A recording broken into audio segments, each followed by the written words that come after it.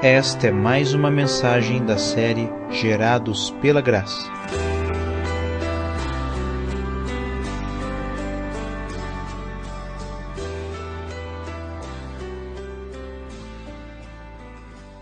Amém. Deus é maravilhoso. Continuamos com a série Desbravadores Inconformados, hoje, parte 11. E tem sido muito bom nós vermos que o avanço espiritual não tem a ver com o suor de Adão, mas com a obra consumada de Jesus na cruz do Calvário, sendo percebida, recebida e manifesta. Essa é a nova vida que nós ganhamos gradativamente. Através da renovação da mente, nós vamos percebendo a vida que nós já temos pelo Espírito Santo. E aí Deus nos leva a viver conforme aquilo que nós já somos, a nossa nova natureza. Em João 3,14, Evangelho, né? De João 3,14.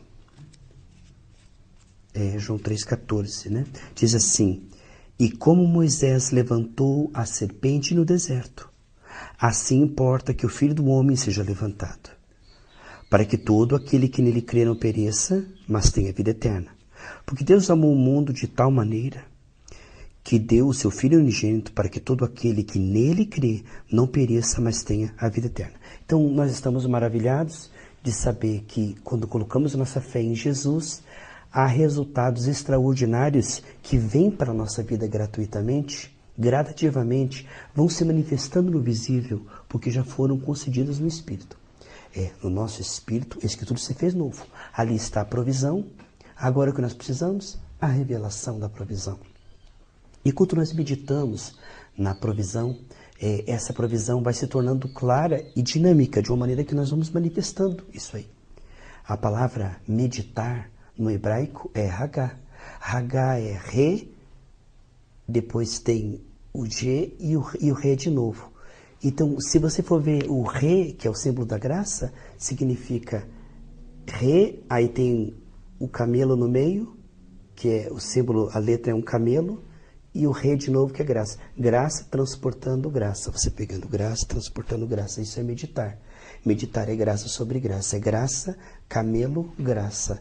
Graça transportando graça para nós. A graça da palavra, a graça do testamento, do direito, daquilo que você adquiriu no Espírito para sua vida visível. É uma coisa maravilhosa a meditação. A meditação é Hagá. São 3 letras no hebraico, mas na verdade que quer dizer meditar. Foi usado ali no Salmo 1, né? Aquele que medita.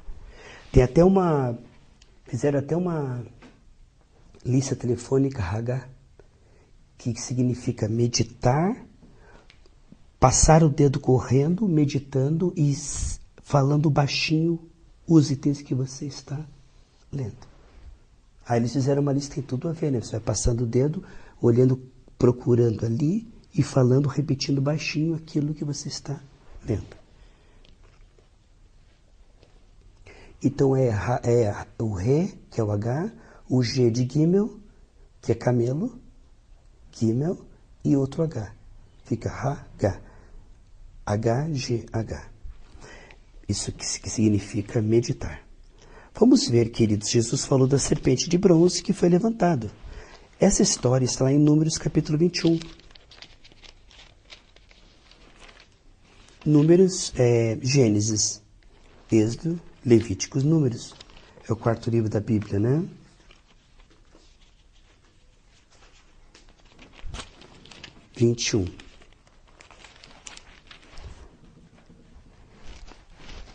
Números 21, eu vou ler a partir do versículo 4. Números 21, 4. Vamos ver aqui o que está dizendo.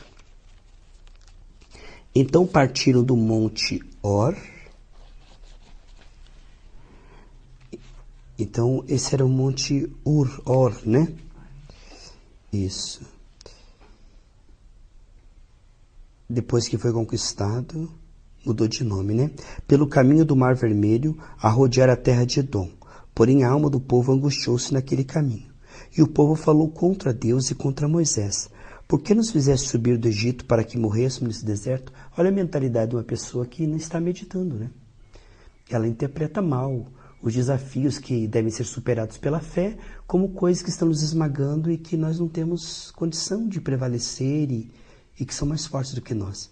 E nós nunca devemos ver os nossos inimigos mais fortes que nós. Pode estar ali carcomendo, mas nós temos que ver aquilo embaixo dos nossos pés, como nosso pão, como algo que nós podemos devorar, destruir, mandar. Sabe, nunca veja o teu problema, aquilo que vem contra você, como maior do que você. Nunca. O pecado, o vício, a tentação, a doença, a falta de dinheiro. Nunca veja isso como maior do que você, nunca. Veja sempre isso, como diz Efésios 22, embaixo dos seus pés. Porque a maneira como você vê o seu inimigo, você acaba hipervalorizando aquilo que já foi destronado, derrotado, aniquilado, né? A gente acaba hipervalorizando aquilo que, na verdade, é facilmente vencido, né? Porque aqui nem pão nem água há, e a nossa alma tem fastio deste pão vil. Ora, esse pão vil era o símbolo de Cristo, hein? E é o símbolo da palavra. E eles chamavam de pão vil, mas Deus chama em alguns salmos de pão dos anjos, né? Pão do céu. A interpretação. Deus fala que isso aqui é a palavra que vem do céu. E as pessoas falam essa pregação xoxa desse pastor aí e tal. Não aguento na igreja ouvir louvor e essas pregações. Já me enjoei. Tudo que ele fala eu já sei. Entende? As pessoas não valorizam o meio através do qual, meditando, a graça vem para graça. Graça sobre graça. Sendo transportado daqui do testamento para a sua história visível. Então o Senhor mandou entre o povo serpentes ardentes, que picavam o povo, e morreu muita gente em Israel. Por isso o povo veio a Israel e disse: havemos pecado, porquanto temos falado contra o Senhor e contra ti. Ora ao Senhor, que tire de nós as serpentes. Então Moisés orou pelo povo. E disse o Senhor a Moisés: faz-te uma serpente ardente e põe sobre a haste, uma haste, e será que viverá todo o que tem sido picado olhar para ela. Qual a solução do povo? Olha, tire o nosso problema, pastor. Tire a nossa doença. Tire. Ora, se tirasse as serpentes, não ia resolver o problema, porque aqueles que já foram mordidos, eles iam morrer. Não era isso que era a solução. Então o povo chega e fala: tire de nós, Moisés. E a solução de Deus: medite naquilo que está pendurado, na provisão que foi feita na cruz por vocês. E vocês terão fé para reagir isso aí e vencer isso aí. Vocês ficarão fortes. Não, o que eles querem é: tire de nós. Tire aí para nós aí, faz do envelope e você tira de nós. Não, Deus diz não. Olhe, e será que todo aquele que olhar, e olhar aqui, a palavra olhar aqui, não é olhar, simplesmente dar uma olhada. É uma palavra no hebraico que significa olhar atentamente com expectativa de receber algo.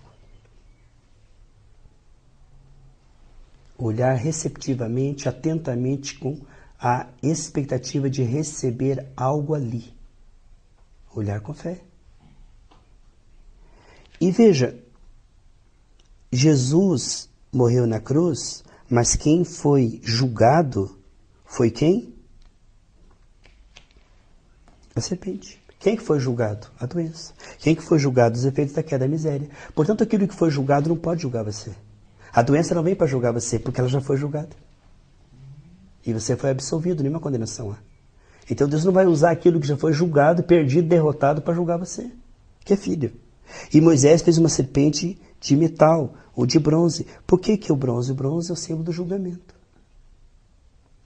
Então a serpente foi julgada. Quando Jesus morreu, toda a obra da serpente, olhe e lembre-se que a serpente foi julgada. E sucedia que, picando alguma serpente, alguém, quando esse olhava para a serpente de metal, vivia. Como é que ele vivia? Olhando, contemplando, recebendo. O que Jesus Cristo fez na cruz do Calvário. E veja, no versículo 8 diz: todo o que olhar para ela. Deus não cura uns e depois diz, isso eu não vou curar, isso eu vou curar. É todo aquele. Deus não disse, eu vou prosperar esse, mas aquele eu vou deixar com falta de dinheiro. Não, todo aquele que olhar, que meditar, Hagá. Todo aquele que extrair do testamento o que é direito seu gratuito em Cristo. Então não é uma questão de Deus querer dar, é uma questão de nós percebermos que nos pertence, pela meditação, a graça do testamento vem para a nossa história. É uma questão de apropriação e manifestação. Tire as serpentes, Deus diz, não medite que a serpente foi julgada. A serpente te mordeu, olha, me mordeu, não. Não, lembre-se que ela foi julgada. Lembre-se que ela foi derrotada. Lembre-se que Jesus na cruz providenciou o fim disso aí. É só olhar, meditar e ver.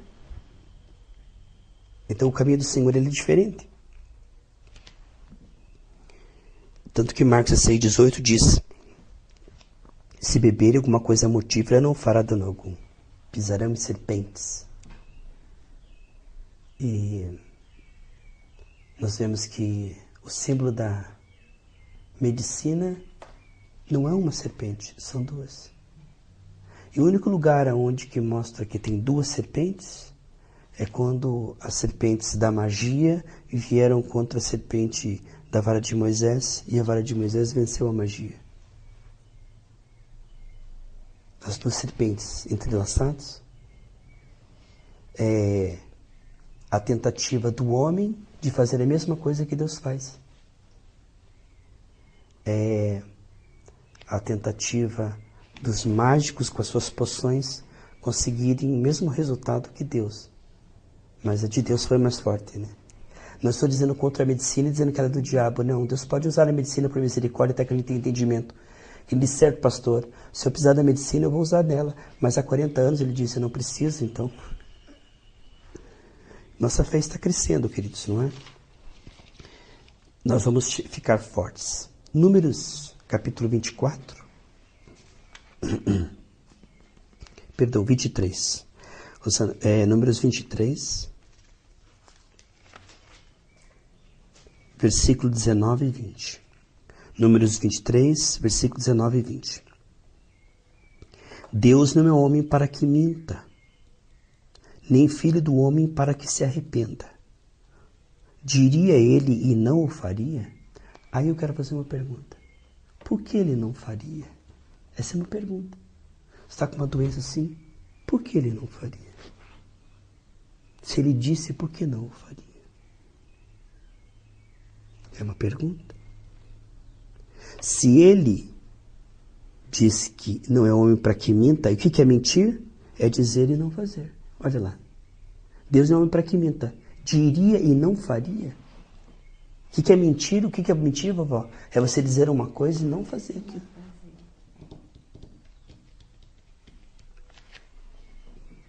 Falaria e não confirmaria. O que é mentir? É você falar lá, Marcos 16, que ele confirmaria tudo que você impusesse nessas mãos e ele não confirmar. Eis que recebi do Senhor o mandato de abençoar, pois o que ele tem abençoado eu não posso revogar. Dizer e não fazer, falar e não confirmar, é mentir. Isaías 66, 9 diz, abriria eu a madre e não geraria? Por que você iria criar um outro na mulher para que ela não gerasse filhos? E ele, pois, por que esse filho não sai para fora? E por que esse filho não vai viver? Quer dizer, Deus não faz as coisas sem sentido. Se ele disse, ele tem um propósito, a palavra dele não volta vazia. Precisamos meditar nisso. Se ele não confirmasse o nosso impor de mãos, nós seríamos mentirosos malditos. Porque eles vão lá, põem a mão e eu vou confirmar. Aí ele não confirma, o que acontece? Nós somos mentirosos malditos. Então, não tem como dar errado, sabe? Porque Deus está envolvido nisso. E o nome dele também, como diz o Salmo 138, 2, que a honra de Deus está no nome, na palavra dele. Que a palavra dele ele colocou acima do nome dele. Salmo 138, 2, né? É no meio da Bíblia, vovó. Salmo 138, 2. Salmo 138, 2. Que Deus colocou a honra dele acima. A palavra está acima de tudo. Por quê? Porque a palavra, o que ele diz, não sendo confirmado por ele, o denigriria. Se eu falo algo e não faço, eu me denigro. E Deus jamais vai se denigrir. O que ele falou é eterno, é infalível. Quando diz lá em Mateus 10, 8, vai lá e põe a mão, se tiver algum enfermo na cidade, cure. Por que ele diria isto? Vai lá e põe a mão, o resto é com ele. Umas curas serão instantâneas, outras acontecerão durante a semana, não sei. Nossa parte é fazer a nossa parte, pela fé. E crer que você põe a mão e diz assim, por que ele não faria? Por que ele não cumpriria a sua palavra? Você está em Salmos, vai um pouco para frente. Depois de Salmos vem Isaías, depois vem Jeremias. Que bênção, né? Jeremias 39, 16. Jeremias 39.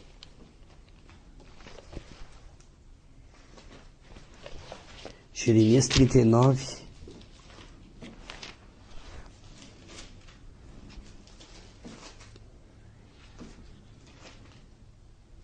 Jeremias 39, 16 e 17.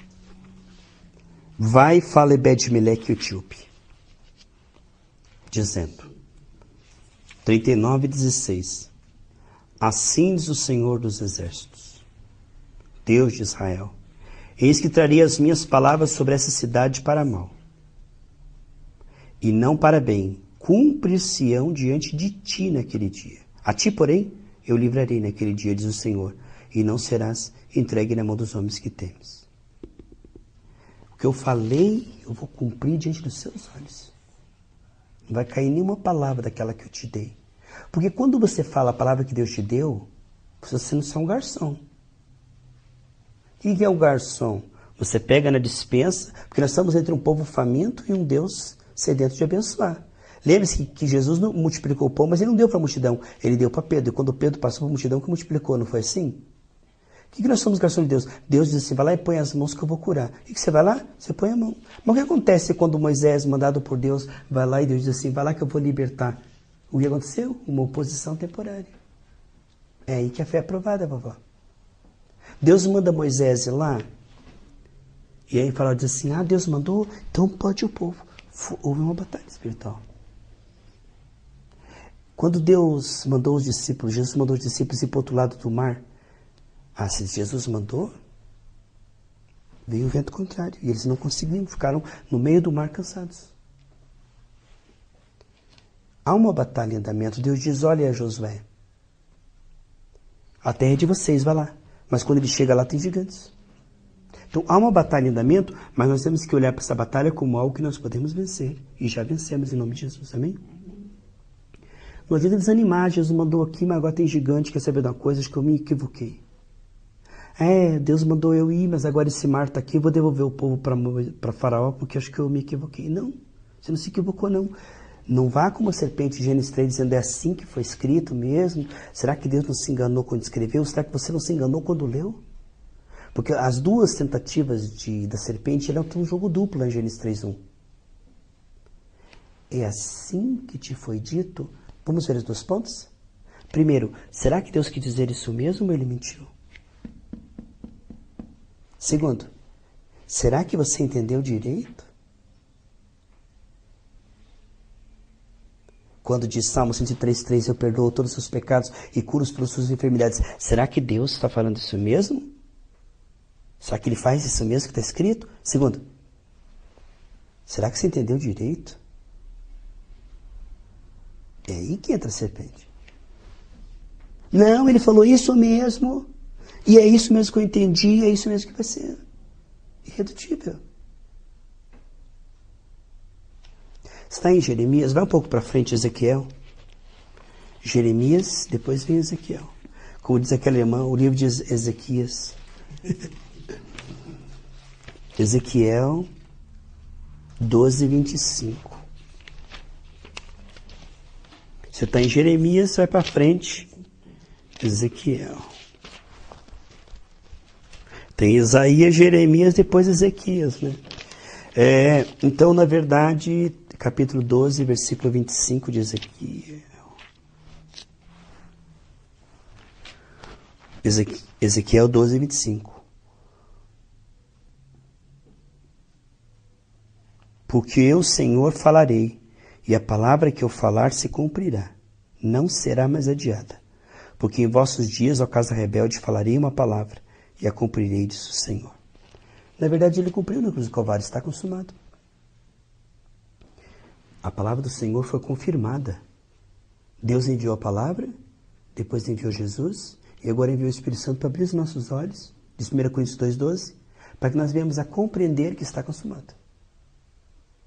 Então Deus enviou a sua palavra escrita, depois enviou a seu Filho, e depois enviou o seu Espírito, e agora enviou homens que, guiados pelo Espírito, dizem, confirmado.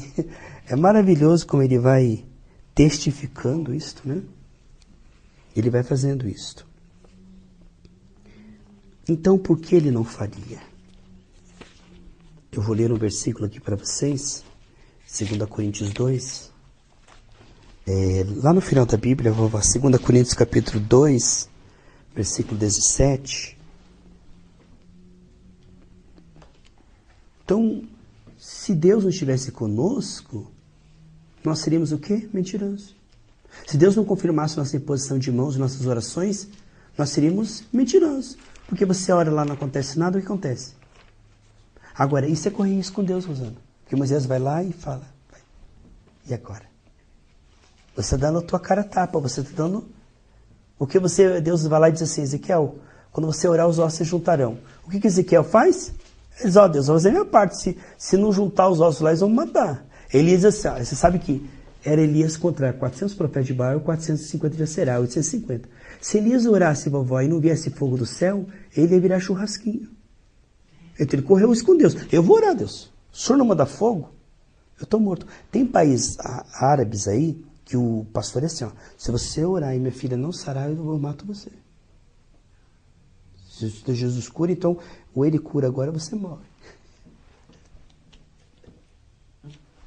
Então isso é correr isso com Deus. Tanto que a palavra fé em chinês, é feito 2 letras. Risco ou oportunidade. Porque a fé é essas 2 coisas. Se Deus não agir, está arriscando a tua vida. Se Deus agir, é uma oportunidade. Então a fé é correr risco com Deus para ter uma oportunidade. A pessoa está ali aleijada. Deus diz, põe a mão que eu vou levantar. E agora? É um risco. Se você pôr a mão e a pessoa não levantar, você é um mentiroso. Mas Deus falou. Não... Aí vem a serpente, será? Não tem. Preto no branco, está escrito aqui. Faça a tua parte. E Deus vai fazer a dele porque ele não é homem que minta. Aí você põe a mão e diz, mas por que ele não faria? Quem iria perder é ele, porque eu só perco a minha vida, mas e a honra dele? E a palavra dele? Não é verdade? Deus perde mais do que nós. Porque foi ele que nos enviou, foi ele que nos ungiu, foi ele que nos mandou. Nós estamos fazendo o que ele mandou. Certo? A coisa é séria e é maravilhosa. 2 Coríntios 2,17. Porque nós não somos como muitos falsificadores da palavra de Deus. Antes falamos de Cristo com sinceridade, como de Deus na presença de Deus.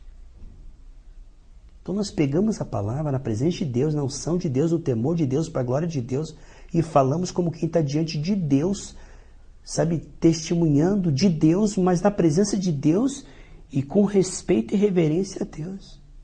A gente não está brincando. A gente não está fazendo de conta. É uma guerra espiritual que ou Deus age, ou nós estamos completamente perdidos. Não é verdade?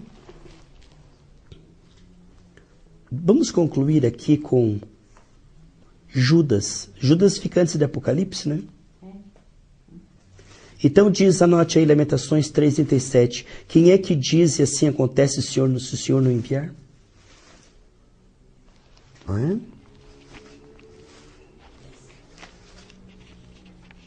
E podemos mudar essa frase, né? Se o Senhor enviou e a pessoa disser, como não vai acontecer?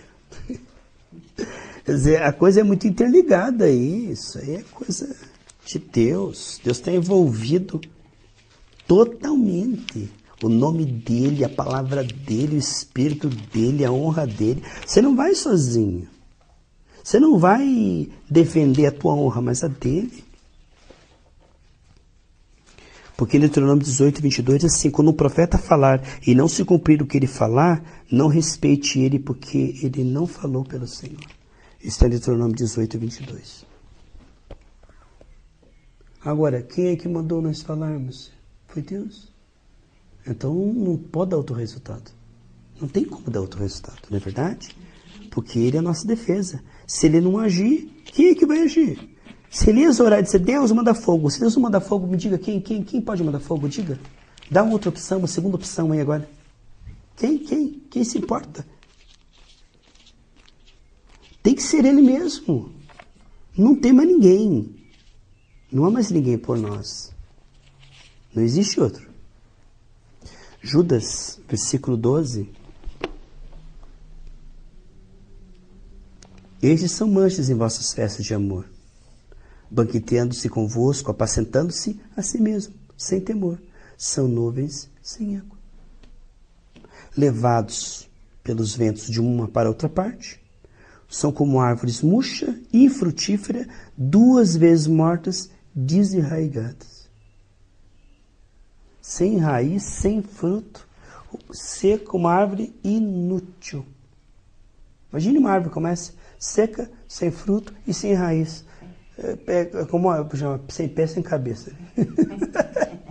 É assim que é um falso profeta, usando ele é uma nuvem que faz barulho, mas não derrama água e não derrama nada. É uma árvore sem raiz, sem fruto e seca. Quer dizer, olha que simbolismo perfeito de uma pessoa sem um espírito. Totalmente incompetente, infrutífero, totalmente não traz nenhum benefício, nenhum lucro. Não traz nenhum retorno, nenhum resultado. Estéril. Lembre-se que em Provérbios diz assim que o maligno não terá galardão. Então, ele é Belial. Belial significa inútil, incapaz, sem fruto. Belial. Então, o diabo está na frequência do quê? Do fracasso. E onde ele quer nos levar? Para a frequência do fracasso. E qual que é a frequência do fracasso? É a credulidade. A credulidade é crer que Jesus não fez. E qual a frequência do sucesso? A frequência da fé, porque a fé nos alia ao mais que vencedor, aquele que tem todo o poder nos céus e na terra e embaixo da terra, que é Jesus Cristo. Portanto, a fé é a certeza. Mas Abraão passou 25 anos e não aconteceu nada. Não importa, nem que seja a última coisa que eu faça. Eu vou ficar com a palavra de Deus, nem que seja a última coisa que eu faço. Enquanto o meu coração estiver batendo, eu decido crer na palavra, porque é ela ou morte eterna. Não tem marrom, é branco ou preto. Entendeu? Ou é ou não é. Não tem, amor. Pastor, mas veja bem, não é bem assim. Não, é assim. É assim. Não vem em serpente como Gênesis 3:1. É assim que está escrito, é assim que você entendeu. Que Deus te abençoe em nome de Jesus. Amém?